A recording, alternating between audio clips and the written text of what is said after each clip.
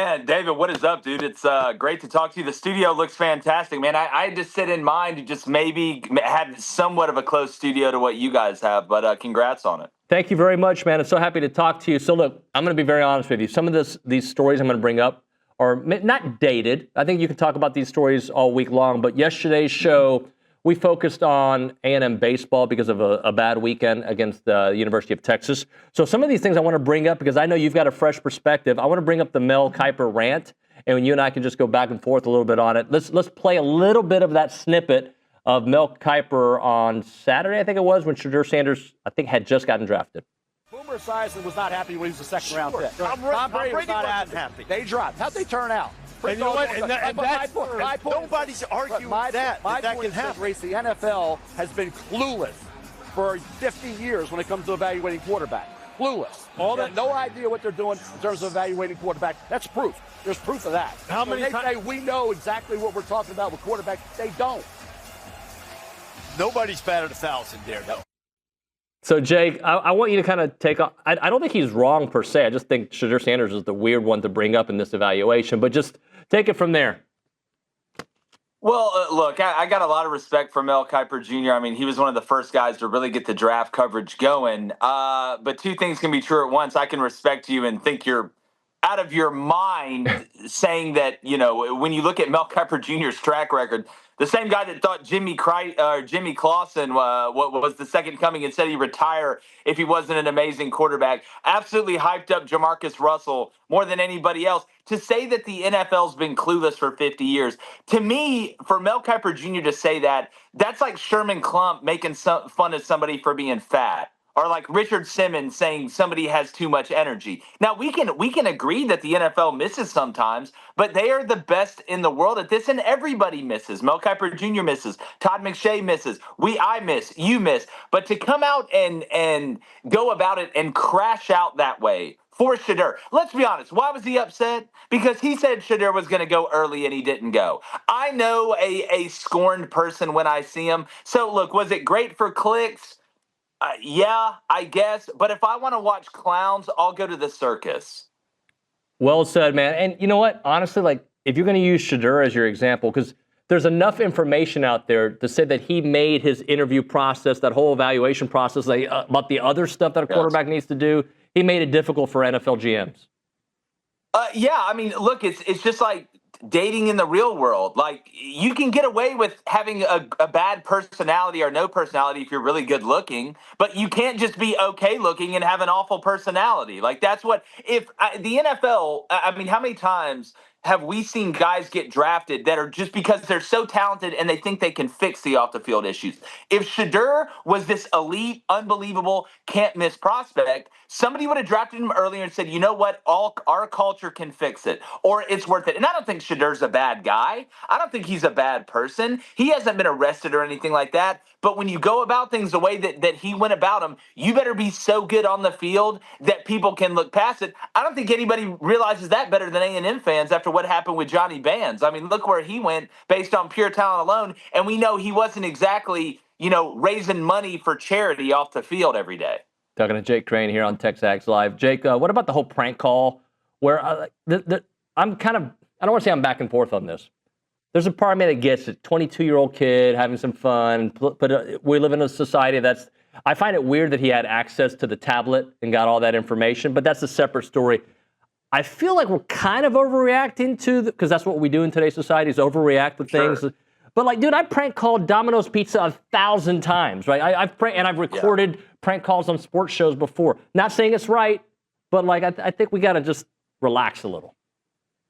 Oh man, I think me and you would have had a lot of fun hanging out when we were younger. Listen, I'm all for a good prank, but I also understand that there's a time and a place for everything.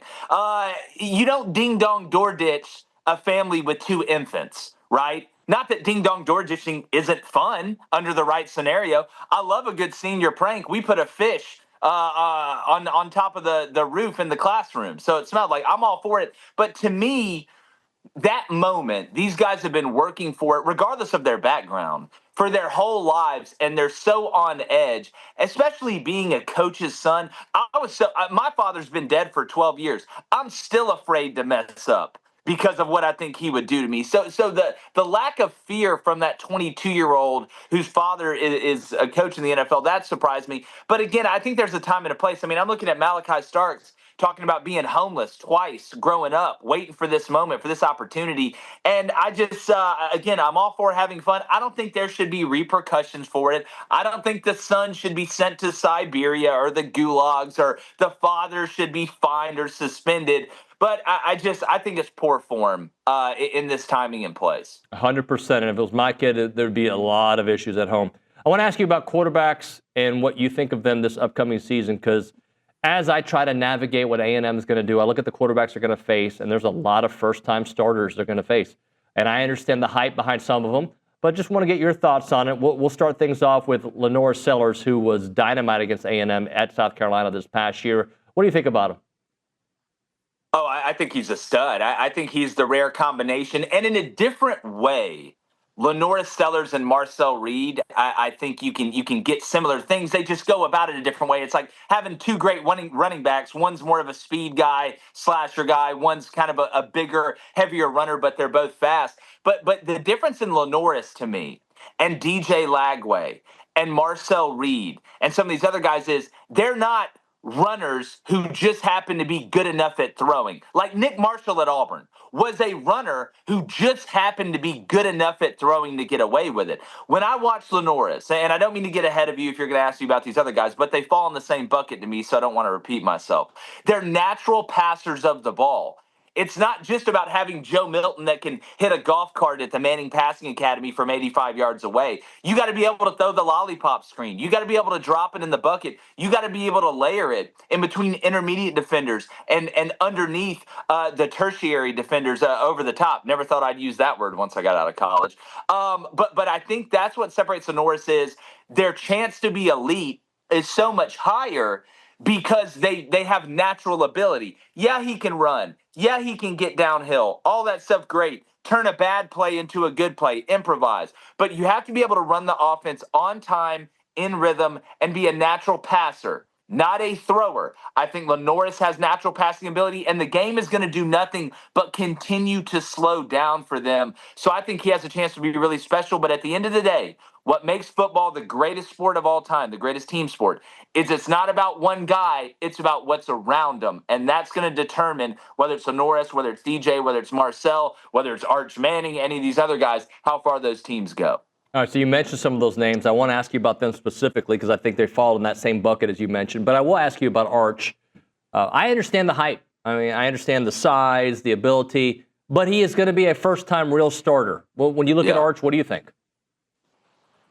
Well, look, I think the way the family has handled his recruitment, the way that he's handled his development is perfect. And that's kind of going away, right, in today's society about biding your time and understanding the importance of the red shirt and developing and not want to leave. It's just like when I see a great trailer for a movie. I get excited about it. I think this movie has a chance to be really good. The trailer, the little bits that I've seen have been really good, but until I watch the full movie, the parts I like, the parts I don't like, from beginning to end, at least for one season, right? I can't sit here and say, oh, well, he's the number one quarterback in the SEC, or he's going to be a first-round draft pick. Do I think he has ability? Yes, but he hasn't shown me what LaNorris has shown me. He has, and it's not his fault. He hasn't got the opportunity to. And listen, I understand he had a good spring game, but a spring game is like having a good conversation with a girl on the phone. You didn't take her out to eat yet. You hadn't seen what she said after y'all haven't hung out alone yet. So I think the prospect of him being really good is there, but I'm not going to sit here and just go ahead and crown him before I've seen him go through the struggles, because you know this, your audience knows this. Young quarterbacks, regardless of how talented the team is around them, are going to go through ups and downs. The question is, how down are the downs and how up are the ups? Same thing with Julian Sand at Ohio State. I don't think enough people are talking about him, and they play each other in the first game. But even being at Ohio State with that talent, there's going to be slumps. That's why I think Texas doesn't make the playoff this year. But I think they will with him eventually. Talking to Jake Crain here on TexAgs Live. All right, let's talk about Nuss, because A&M saw the very good Nuss in the first half of that game against LSU at Kyle Field last year, and then we saw what Nuss is like when he's got defenders or defensive ends kind of cracking on him. What do you think about Nuss next year?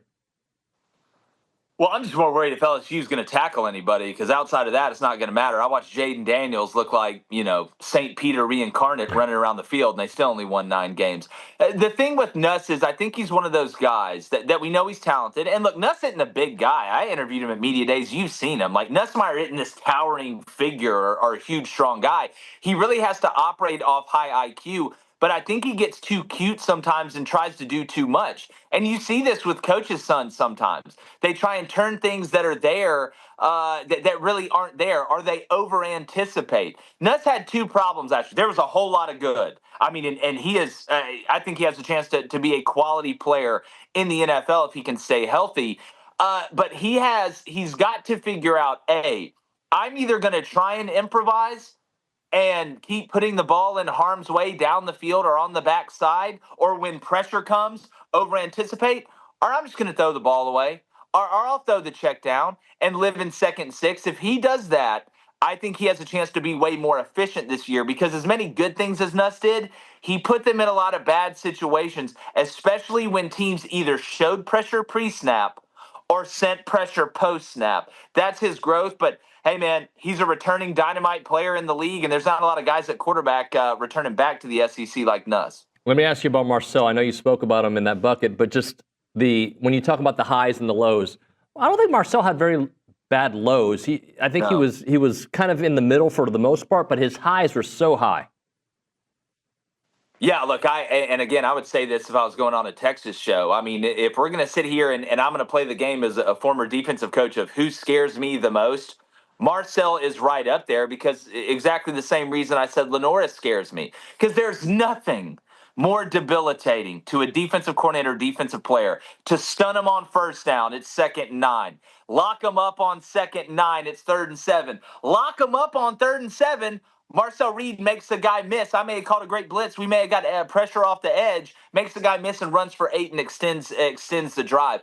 But again, what I want Marcel to make sure, and I know Coach Klein's going to do a hell of a job with him. I got a lot of respect for Colin, but don't do what Jalen Milroe did last year at points. You don't have to be some brilliant pocket passer all the time to say, I'm not just a runner, I'm a talented thrower as well. Let that happen. But if you read its man and their backs are turned and you can take off, bro, you can hit home runs from 70 yards out. Like, don't be something you're not.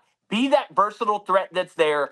Say when, know when to say when, know when to take off, and protect yourself when you do take off. Because I'm telling you right now, that kid, he's got a lot of talent, man. He's scared. I mean, if I'm a DC, there's not a whole lot of great answers for him. He just got to make sure to stay true to himself. He don't have to be Drew Brees, because he's more athletic than Drew. He can't throw it as well as Drew, but he's got other things that he can do to put more pressure on defenses and open it up for probably the best transfer nobody's talking about, or at least in our neck of the woods nationally, KC Concepcion. Like, get this man the ball. He is an absolute nightmare. I wanted him. I wanted Auburn to get him.